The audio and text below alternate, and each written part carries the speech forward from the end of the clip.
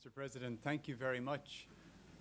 I will begin by thanking on behalf of all of my PGEU colleagues, our Greek hosts, for the tremendous welcome we have received and for their very generous hospitality, the excellent meal we enjoyed last night in good company and the beautiful surroundings here. I will start with a word of advice to all speakers. Please keep your speech as short as you can to give the information that is necessary, but the reason that we have closed the curtains is to try and make us forget what our beautiful surroundings are like and that we have the opportunity to enjoy them later. For the benefit of our audience listening online, I'm going to begin by describing what is PGEU and why do we exist at all. PGEU, as we all know in this room, is an organization which involves the coming together of community pharmacy associations and professional bodies from all across Europe, from not just the European community, but also the European Economic Area and the accession states. So we have members from as far west as Ireland and Portugal, across to Ukraine and Turkey in the east, from Norway in the far north, down to Greece in the sunny south. We represent, as an organization, the interests of 400,000 community pharmacists who work in 170,000 community pharmacies all across Europe and care, on average, for 46 million patients or pharmacy visitors every day. We must never forget or lose sight of the significance of what we do or the importance of what we do as an organization and as a profession. The mission of PGEU is the very definition of solidarity, the topic of this section of the conference and indeed the theme of the entire conference. Solidarity is our fundamental foundation. It's the basis on which we work, and without it, we couldn't work. Our mission, as we know, is to promote and develop cooperation in European community pharmacy. This is the cooperation between all of us, and this cooperation is demonstrated on an ongoing basis. We also have a role speaking outwardly to various different audiences to advocate for the contribution that community pharmacists make to health systems and to public health. We advocate for the services that pharmacists provide and also our role in ensuring that medicine is used in a rational and appropriate way. We help to eliminate medicine's waste where possible. We help to ensure that patients are on the right medicine at the right time, and most importantly, that they have access to that medicine. And I know that's a very severe issue here in Greece. Medicine shortages are an issue all across Europe and all across the world, but I think felt particularly harshly here in Greece.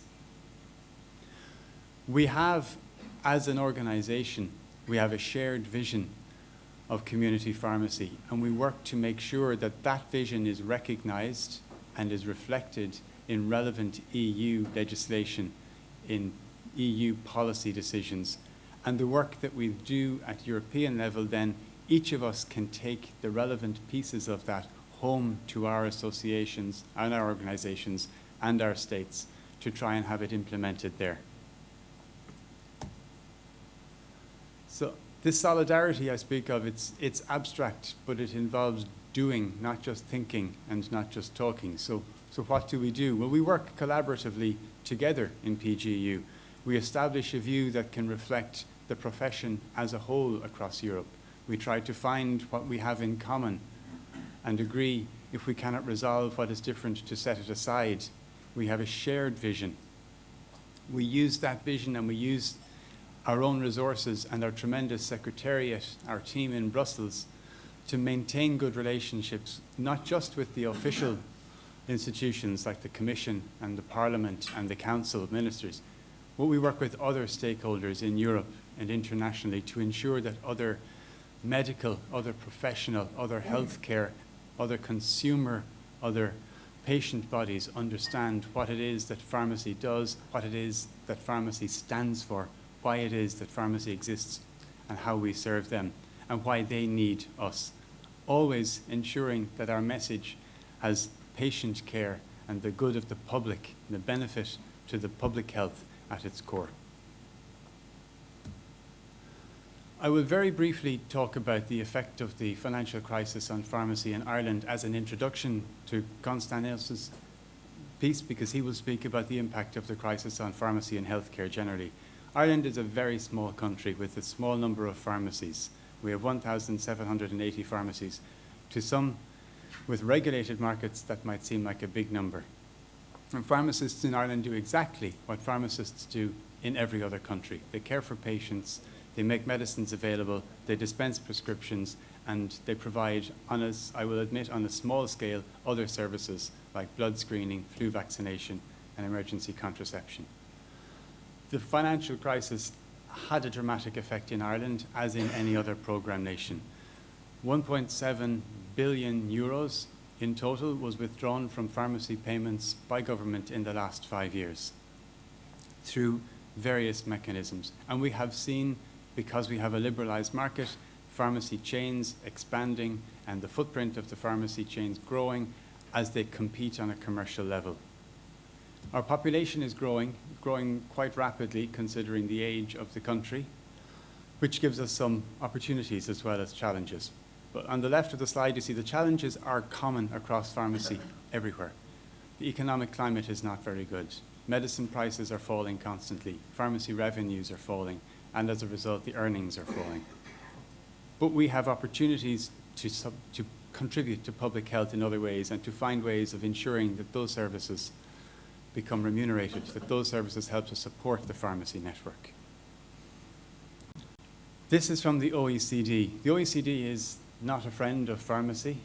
I believe the OECD fails to understand that pharmacists do anything other than take drugs from boxes which wholesalers deliver and put them in paper bags which patients collect.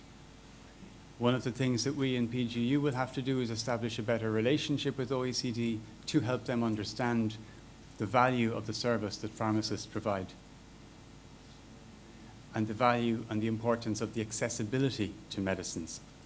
But you can see the effect of the crisis. The light blue is annual increases in health spending across the OECD nations from the year 2000 to 2009. Average annual increases, they were very high. On the far left, we can see Greece, and beside it Ireland, and beside that Iceland, the three countries which are famous for financial management, if you like, at government level, where the annual increases have turned into cuts, very, very deep cuts in healthcare expenditure, which has put huge strain on health systems and huge strain on pharmacists as well as other professions. This graph just indicates each year how much more the government has cut from pharmacists in Ireland. But here we have the opportunities. As I say, Ireland is a small country. Today the population is 4.5 million. In 30 years' time, the population will be 6.7 million if it keeps growing as it is currently growing. The number of old people who will require care will increase dramatically. This will happen all across Europe. People will live longer, people will require more care, fewer people will be working to pay for this care. There is an opportunity, if pharmacy survives, to demonstrate value in the future, because no government can afford to pay for the care of all of these patients without thinking in new ways about how they use healthcare professionals such as pharmacists.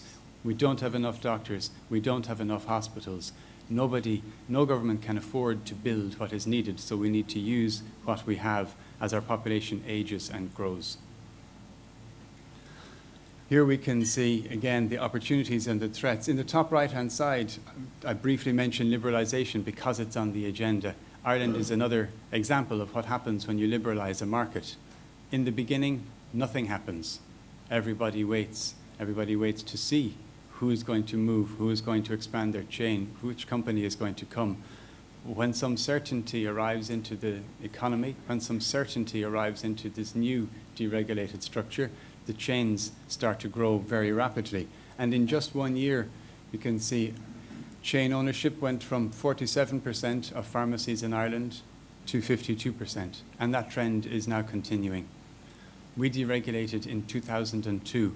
I would say for the first 5 or 6 years there was no change, but suddenly all of the chains are growing, all of the chains are buying pharmacies and opening new pharmacies. So this is something which I know Anna Rosa will touch on also. I will leave it there because we need to keep this moving. and I don't want to steal anybody else's material. So again, I will thank our Greek hosts for the opportunity to represent PGEU here, and hand back to Konstantinos.